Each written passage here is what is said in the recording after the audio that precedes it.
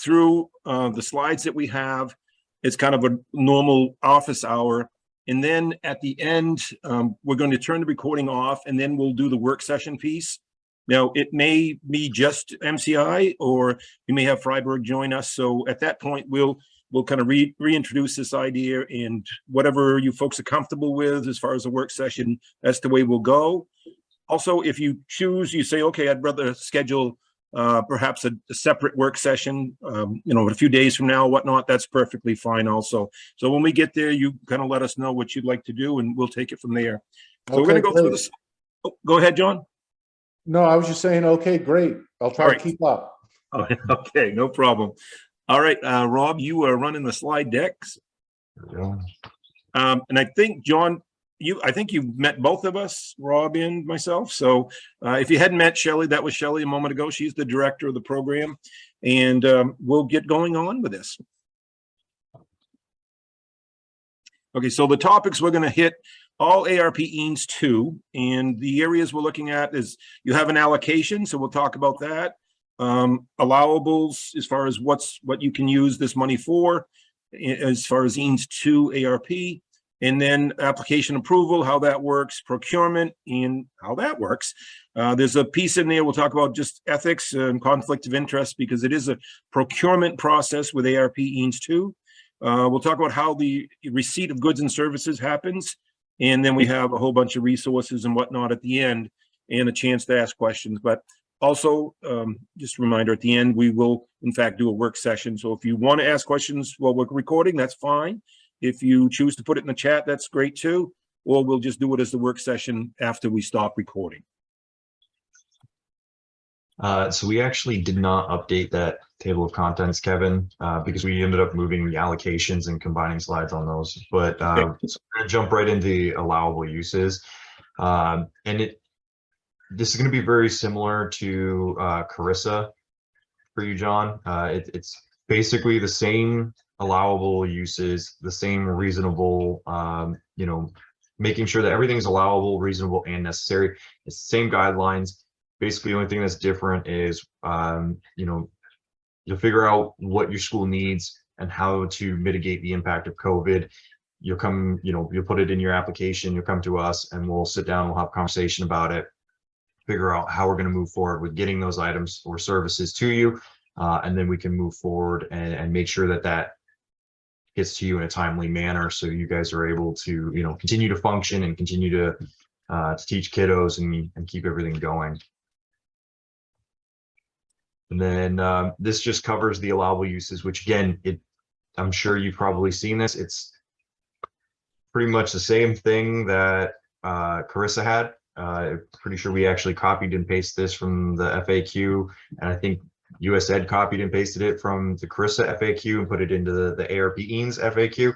So again, it's the same thing. It's pretty repetitive. They kind of just changed the model on how the money goes out this go around.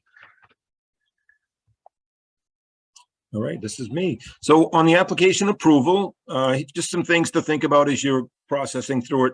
So early on, kind of before you're ready to actually start completing the application, and again, very similar to what the folks did in some of the earlier grants, but you're going to identify the necessary or allowable needs for the use of funds under this particular grant, which again is ARP EANS 2. So you get that kind of brainstorming in place, and then you're ready to go into GEM and open up the application and start to complete that. And that's where questions will start to arise. I mean, sometimes it's something's more complex and you're not sure. Other times it's really straightforward, but you kind of look at it and you think, they could be asking two different things. So when those moments come, by all means, email, text, call, and whatever works for you. Once you have the application filled out the way you'd like, the Part C, by the way, actually looks like a budget on these applications, and that's the piece that has a little more kind of meat to it. It kind of particular, you're writing in what it is you would like to have and so forth. You're keeping in mind the allowable use list, and believing that, okay, that I think this will fit under this grant, under the allowable uses, and it's also somehow connected to COVID-19. So you're kind of keeping those things in mind at all times. Once you've got that complete, the application, you save and submit it. It'll come over to us via GEMS. You might also see, what is it, 4pcamaine.org, I believe it is. And that'll get you to the same spot. And I'm just used to using the word gem, but that's where we collect all this stuff. Once you submit it on our end, we have a color-coded screen that'll show up, and it lets us know kind of what your status is. And if it's received and we know that it's you're ready for us to review it, then we'll go ahead and review that. And then we have a place in there for messages where we can reopen it and either ask for a little additional, information on a particular part or aspect of your application, and work from there. Sometimes that's also, it needs a phone call or a Teams meeting or whatnot, just to make sure, because sometimes folks, when they have something in mind, it doesn't quite line up with the grant in question, but also with a little discussion, we could make sure it works for you in another manner that still fits under that grant. So kind of keep the faith on all those things. Once the modifications are all squared away and you resubmitted it, your application, we'll do the final review and approve it. And from there, kind of the next step is coming up, but I'll give you a little highlight. The next step is the procurement piece. So again, we're going to be doing all the procurement on behalf of the schools. So basically, again, your application is going to give us the guidelines of what your school deems necessary and reasonable to be able to mitigate the impact of COVID. So you're going to utilize your application, list out, what you need. So give you an example, if you needed to buy more textbooks because, maybe you're sending more textbooks home with kids rather than having them in the classroom and having dedicated textbooks for certain classrooms, what have you, you come to us and say, well, we would actually like to purchase 100 textbooks for our math curriculum. So you list that off in your application. If you have specific textbooks that you're looking for, you list that in your application. You provide us the information so we can purchase the correct thing that you're looking for. And then after that, we would go through the procurement process to purchase that. So again, you're not purchasing anything directly. You're providing us essentially your grocery list, and then we're going to go to the store and go shopping for you. I know that's kind of an oversimplification of the process, but that's kind of how it's going to work out. And the big thing is, again, I have to keep hitting on this. It has to be reasonable, necessary. It has to meet all the guidelines. It has to be justifiable for the mitigation of COVID impact. I'm going to pick up the conflict of interest. This is really just reminders, but when it comes to procurement, things can get dicey. So I'll read a few of the things, not verbatim, but I'll highlight the things. Federal and state laws and policies require ethical behavior. ARP EANS 2 procurement. All of these grants, by the way, in addition to this one, is subject to an audit or perhaps more than one audit. So just keep that in mind. When spending the public funds, it's essential to always act ethically. And I feel like I'm preaching to the choir, but I just want to put these things out. Do not request approval for purchases from family members or other vendors with potential conflicts of interest. That occasionally over my career, that's where I've seen things that were a little odd that had to be worked out and so forth. Number 5 on the list, obviously don't accept gifts from anyone. And there is, by the way, let me just read this one. Do not accept gifts or other incentives from ARP EANS 2 vendors or potential ARP 2 EANS and EANS 2 vendors, because folks that may be in the federal system already or the state system, that's one, they've been through the process and know the rules. There's some other folks that would like to bring their company in so that they could be part of this procurement process, and they go through a certain process with our procurement folks. However, so you kind of have 2 different groups there, if you will, was kind of the point of number 5. And of course, if you have any questions or anything feels a little odd to you, then by all means, talk with us. Again, phone, email, the EANS box is right there that you see kind of weekly with timesheets and whatnot. So that's there and available. If anything at all feels a little odd to you, please let us know. All right. So again, it's pretty similar to how things went down for Carissa. The only difference is we purchase the goods.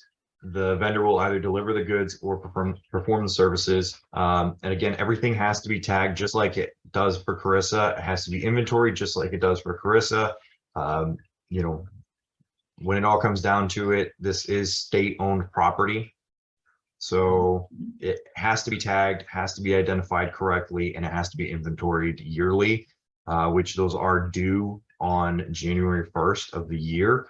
And then once at the end of the year, or towards the end of the fiscal period for ARP EANS, you'll have a period of time where we'll reach out and we'll say, hey, we need an inventory list.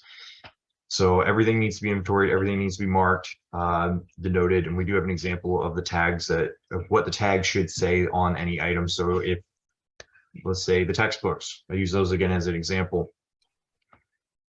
Stick a little sticker on there that says the inventory number, Carissa Eanes to Maine Department of Education. Boom, sticker, stamp it, off it goes. You know, get it out to a kiddo so that way it can do some good work.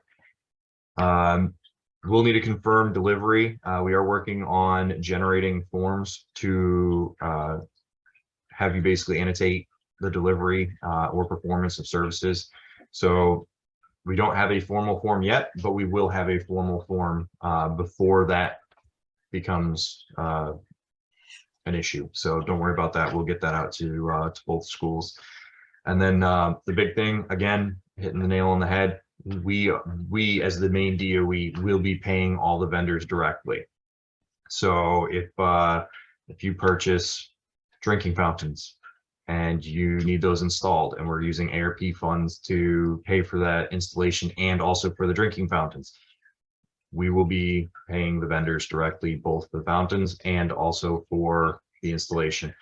So just to keep that in mind, no money will be exchanged hands between the school and any vendors for either services or for goods. All right, just some good to know things. And I won't rattle through, we have a bunch of resources coming up, but just hit the good to know anyway. ARP EANS Assistance to Non-Public Schools, and it tells you how that was created and how it kind of piggybacks on the Carissa Act. So you may want to take a look at that. It does come up every now and again when folks are particular meeting with their school boards or whatnot, or various committees, and they kind of want to know, how did this come about? So you get a little history here. Number two, the school is responsible for keeping all records and supporting documents as they pertain to EANS. So whether that's Carissa or ARP or any other variation of that, the reallocation, for example, you want to hang on to all of that, and always there will be audits when it comes to these funds. So we want to be, both you folks and we are prepared and ready to go through the audit with no big issues. And number three, if you have any questions about the process or accessing the online application, same thing, bump it over to our EANS box or call us directly and we'll help you right out there.